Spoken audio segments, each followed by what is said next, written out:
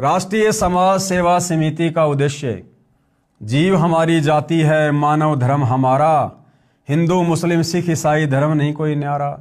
अगर तुम्हारी जीव जाति है, तुम लोगों ने मान लिया, तो नालायकों फिर हम सत्सेवकों की पिटाई क्यों करते हो? हमारे ऊपर तरह तरह के मुकदमे क्यों करते हो? अगर तुम लोगों ने मान लिया कि जीव हमारी जाति है, तो अपनी जाति वालों के ऊपर, अपने भाइयों के ऊपर मुकदमे क्यों? इन्होंने कुछ नहीं माना भाई और बहनों। और मानव धर्म हमारा, अरे धर्म तो मानव है, लेकिन राष्ट्रीय समाज सेवा समिति वालों ने नहीं माना। अगर इन्होंने मानव धर्म को अपना लिया होता तो इनके अंदर आज मानवता होती, इंसानियत होती, दया और धर्म होता। ये हम सत्सेवकों के ऊपर तरह तरह के झूठे मुकदमे ना लगवाते, हमें जानवरों की तरह लट्ठों से ना मारते, ना पीटते ये लोग। अगर इन्होंने मानवता को अपना धर्म मान लिया होता तो। हिंदू मुस्लिम सिख ईसाई धर्म नहीं कोई न्यारा। मानव एकता, विभाजित मानव को, यानी आज मनुष्य जो अनेक धर्मों में, जातियों में विभाजित हो चुका है, उसको एक सूत्र में बांधने के लिए अध्यात्म ज्ञान के द्वारा प्रयत्न करना। आत्म प्राण उद्धार ही ऐसा धर्म नहीं और, कोटि अश्वमेघ यज्ञ सकल समाना भोर। जीव उदाहरण परम पुण्य ऐसा कर्म नहीं और, मरुस्थल के मृग ज्यों सब मर गए दौड़ दौड़। मानवता एकता का मूल मंत्र है, धार्मिक व आध्यात्मिक एकता। विवेचन, मानवता समाज धार्मिकता के आधार से विभाजित हुआ। यानी जो मानव समाज है, जो पहले एक ही था, यानी द्वापर युग से पहले ना कोई धर्म था, ना कोई जाति थी, ना कोई संप्रदाय था, सभी मनुष्य थे, वेदों के अनुसार भक्ति करते थे, सभी को सनातनी कहा जाता था।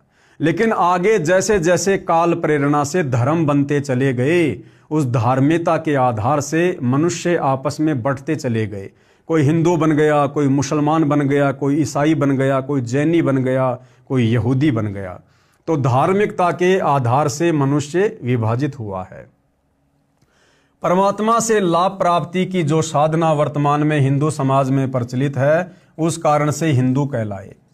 इसी प्रकार यहूदी, ईसाई तथा मुसलमान तथा सिख धर्मों का जन्म हुआ। यदि अध्यात्म के वास्तविक तात्पर्य को न समझा तो कई धर्मों का जन्म होने जा रहा है। कैसे? जैसे राधा स्वामी पंथ बन गया। भाई और बहनों, अब तो चलो परमात्मा आ गए, बहुत बड़ी दया हुई, मेहर हुई। अगर सतगुरु रामपाल जी इस समय पृथ्वी पर प्रकट ना होते, अपने सत्यज्ञान का प्रचार ना करते, आत्माओं को ना संभालते, तो भाई और बहनों वर्तमान 2026 तक तो हाहाकार मच जाता, पृथ्वी पर हाहाकार। और न जाने कितने धर्म बन जाते। राधा स्वामी पंथ ये भी एक धर्म बन जाता, राधा स्वामी धर्म। निरंकारी पंथ ये भी एक धर्म का रूप ले लेता, निरंकारी धर्म। जय गुरुदेव पंथ ये भी एक धर्म बन जाता, जय गुरुदेव धर्म। धन धन सतगुरु पंथ ये भी एक धर्म का रूप ले लेता, धन धन सतगुरु धर्म। लेकिन परमेश्वर आ गए और कहते हैं जब परमपिता परमेश्वर सतगुरु रूप में धरती पर अपने चरण कमल रखते हैं, उनके चरण कमल रखने मात्र से पृथ्वी पर शीतलता आ जाती है।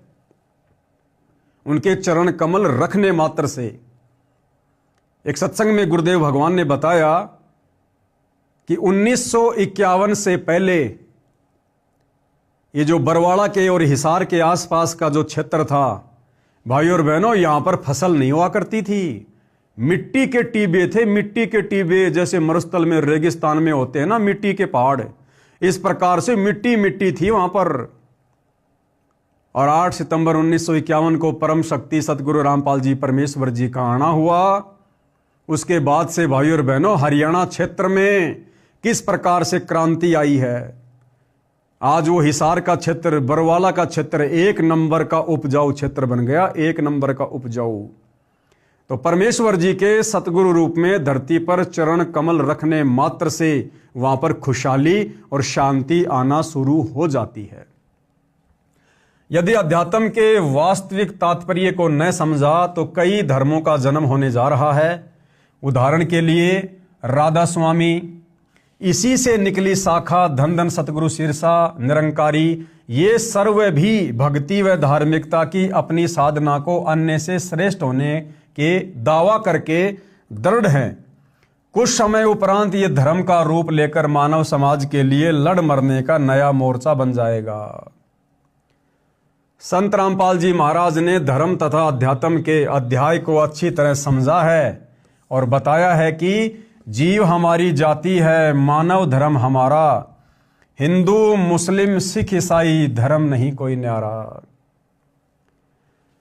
संत रामपाल जी महाराज ने सर्व धर्मों के सदग्रंथों को तथा वर्तमान में चल रही भक्ति साधना को अच्छी तरह जाना। देखो भाइयों और बहनों, जब जब परम संत इस पृथ्वी पर प्रकट होते हैं, वे अपने आप को छुपाकर ही अपना ज्ञान प्रचार करते हैं।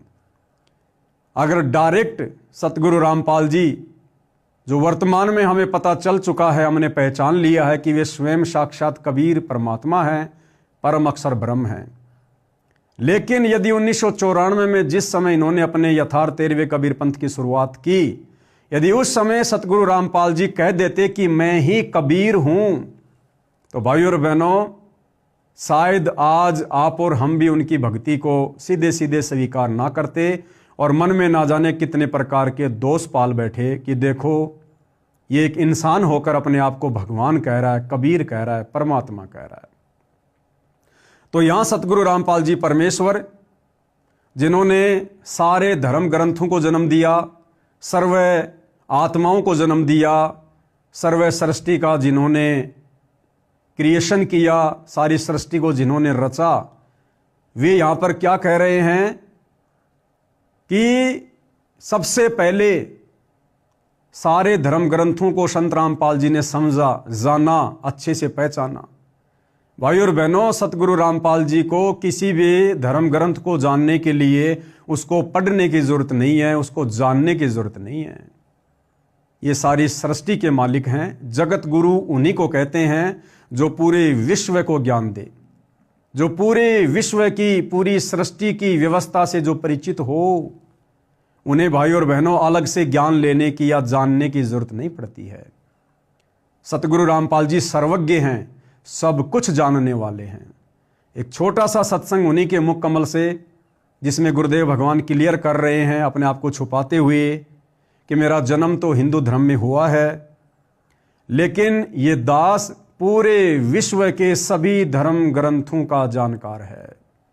मुसलमान धर्म के धर्म ग्रंथ भी, ईसाइयों के भी, जैनियों के भी, यहूदियों के भी, मंगोलियों के भी, बौद्ध के भी, यानी पूरे विश्व में जितने भी धर्म हैं, उन धर्मों के अंदर जो जो उनका विधान है, संविधान है, मान्यताएं हैं, उनके धर्म ग्रंथों में क्या क्या लिखा हुआ है, कौन कौन महापुरुष हुए हैं, क्या क्या घटनाएं घटी हैं, उन सब के विषय में सतगुरु रामपाल जी भली भांति परिचित हैं।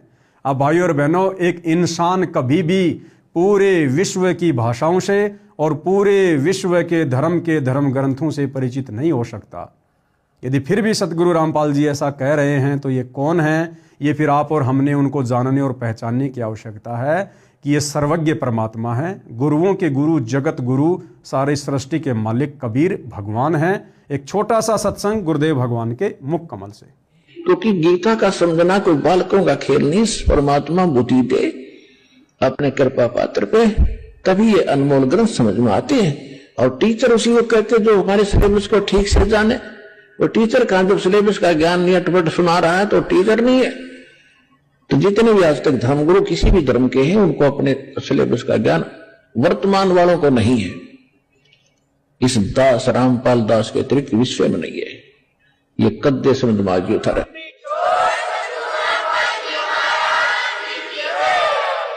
और दास को पूरे विश्व के जितने ग्रंथ है सबका जानकारी है, एक की नहीं। क्योंकि हमारा जन्म तो हिंदू धर्म में हुआ, केवल हिंदू धर्म के शब्द ग्रंथ नहीं, पूरे विश्व के जितने भी धर्म ग्रंथ हैं सबकी जानकारी दास को दी है कबीर भगवान ने, उस परमात्मा ने।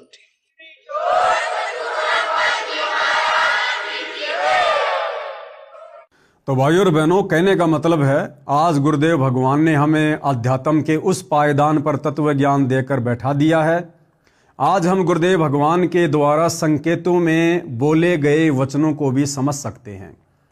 कहाँ गुरुदेव अपने आप को छुपा रहे हैं, कहाँ गुरुदेव अपने आप को प्रकाशित कर रहे हैं, हम आज उनके संकेतों को समझ सकते हैं। तो सर्वज्ञ होते हुए भी सतगुरु रामपाल जी परमेश्वर यहाँ पर अपने आप को छुपाते हुए ये शब्द लिख रहे हैं कि संत रामपाल जी महाराज ने सर्व धर्मों के सदग्रंथों को तथा वर्तमान में चल रही भक्ति साधना को अच्छी तरह जाना, पाया कि सदग्रंथ सही है, परंतु सदग्रंथों को ठीक से न समझकर साधना विपरीत की जा रही है।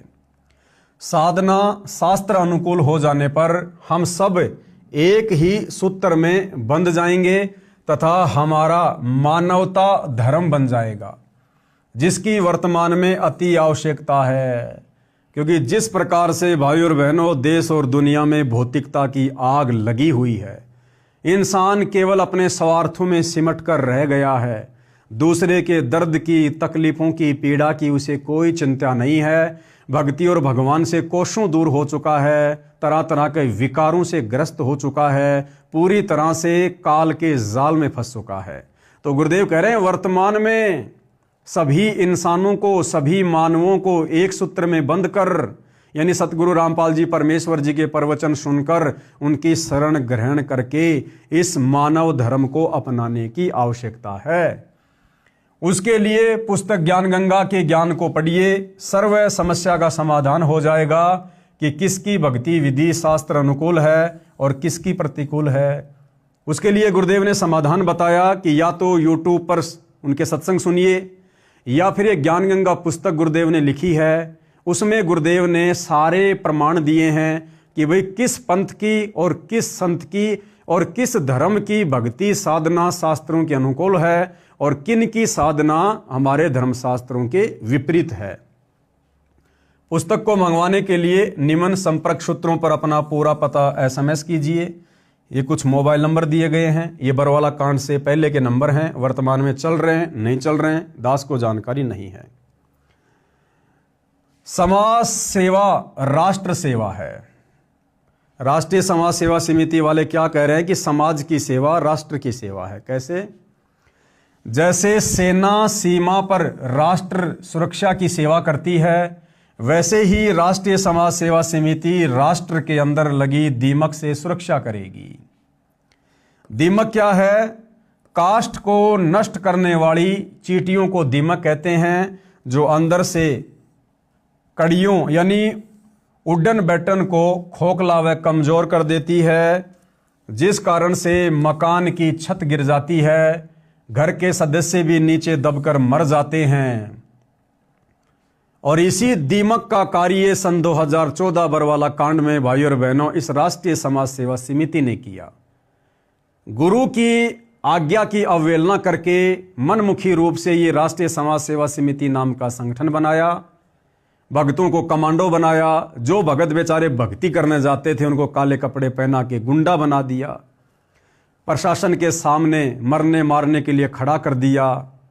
तो इसी राष्ट्रीय समाज सेवा समिति ने 2014 बरवाला कांड करवाकर भक्तों को भगवान से और भगवान को भक्तों से दूर करवाकर दीमक का कार्य किया। सतगुरु रामपाल जी परमेश्वर जी के भक्ति मार्ग को खोखला करने का कार्य किया। घर के सदस्य भी नीचे दबकर मर जाते हैं। इसी प्रकार निमन दीमक राष्ट्र को खोखला तथा कमजोर बना रही है। इसी प्रकार ये राष्ट्रीय समाज सेवा समिति वर्तमान में संत रामपाल जी के मिशन को खोखला बना रही है, कमजोर कर रही है। भ्रष्टाचार रूपी दीमक राष्ट्र को खोखला तथा कमजोर कर रही है। इसकी रोकथाम के लिए कदम उठाना है। अब भाई और बहनों, अगर इन राष्ट्रीय समाज सेवा समिति वालों ने, संत रामपाल जी के परिवार वालों ने संत रामपाल जी के ज्ञान को अच्छे से समझा होता, जाना होता, तो आज ये इस प्रकार की नादानियां ना करते, ये मनवश संगठन खड़ा ना करते, आज अपनी इस कदर मनमानियां ना करते। भाई और बहनों, चाहे भ्रष्टाचार हो, चाहे कालाबाजारी हो, चाहे मिलावटखोरी हो, चाहे रिश्वतखोरी हो, चाहे व्यभिचार हो, चाहे दुराचार हो, चाहे बलात्कार हो, चाहे नशाखोरी हो, ये सारे के सारे अवगुण, व्यसन और बुराइयां जो इंसान में पैदा हो चुकी हैं, भाई और बहनों, इनसे छुटकारा प्राप्त करने का एक ही साधन है, और वो साधन है सतगुरु रामपाल जी के सत्संग। जब तक हम ज्ञान नहीं सुनेंगे, जब तक हम सच्चाई से परिचित नहीं होंगे, जो कर्म हम वर्तमान में अज्ञानता में काल प्रेरणा से कर रहे हैं, जब तक हम उनके परिणामों के विषय में अवगत नहीं होंगे, हम कभी भी बुराई नहीं त्याग सकते, नहीं छोड़ सकते। हम कभी भी एक नेक और सच्चे इंसान नहीं बन सकते। उसके लिए किसी राष्ट्रीय समाज सेवा समिति जैसे संगठन की जरूरत नहीं है। सतगुरु रामपाल जी के ज्ञान की जरूरत है, और यह ज्ञान आपको आसानी से यूट्यूब पर मिल जाएगा, फेसबुक पर मिल जाएगा, अनेक टीवी चैनलों पर यह सत्संग चल रहे हैं। सतगुरु रामपाल जी के द्वारा अनेकों पुस्तकें लिखी जा चुकी हैं। यह ज्ञान आप वहां सुनिए, पढ़िए, समझिए, और धीरे धीरे परम संत के आशीर्वाद से आपके अंदर परिवर्तन होना शुरू हो जाएगा।